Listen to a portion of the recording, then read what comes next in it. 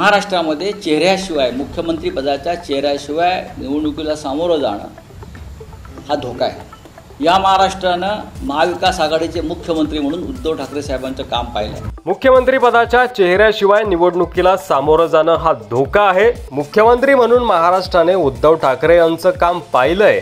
बऱ्याच अंशी उद्धव ठाकरे यांना पाहूनच लोकसभेला मतदान झालंय।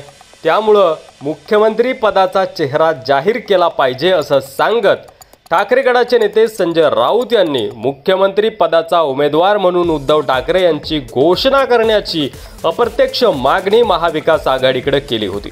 त्यावर उद्धव ठाकरे यांनी सावध प्रतिक्रिया देताना महाविकास आघाडी हाच आमचा चेहरा असल्याचं म्हटलं होतं। आज माजी केंद्रीय मंत्री शरद पवार राष्ट्रवादीचे अध्यक्ष यांनी याबाबतचे आपले पत्ते उघड केले आहेत। शरद पवार यांनी मोठं विधान केलंय। शरद पवार यांनी आज मीडियाशी संवाद साधला आणि यावेळी त्यांनी मुख्यमंत्री पदाबाबत मोठं भाष्य केलंय। आमची आघाडी आहे, हा आमचा सामुदायिक चेहरा आहे। कोणत्याही व्यक्तिबिक्तीबाबत आमचा निर्णय झालेला नाही।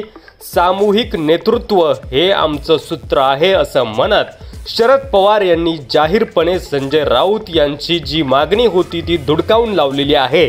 त्यामुळे महाविकास आघाडी निवडणुकीत मुख्यमंत्री पदाचा चेहरा जाहीर करणार नसल्याचं उघड झालंय। निवडणुकीनंतरच मुख्यमंत्री पदाचा उमेदवार ठरणार असल्याचं स्पष्ट झालंय। शरद पवार यांनी मुख्यमंत्री पदाच्या चेहऱ्याबाबत अतिशय मार्मिक प्रतिक्रिया देऊन मोठा डाव टाकल्याचंही बोललं जातंय। शरद पवार यांच्या या डावावर तुमचं मत काय आहे? तुमची प्रतिक्रिया कमेंट बॉक्समध्ये लिहायला विसरू नका आणि चॅनलवर नवीन असाल तर सबस्क्राईब देखील करा। व्हिडिओ जास्तीत जास्त शेअर करा, लाईक करा।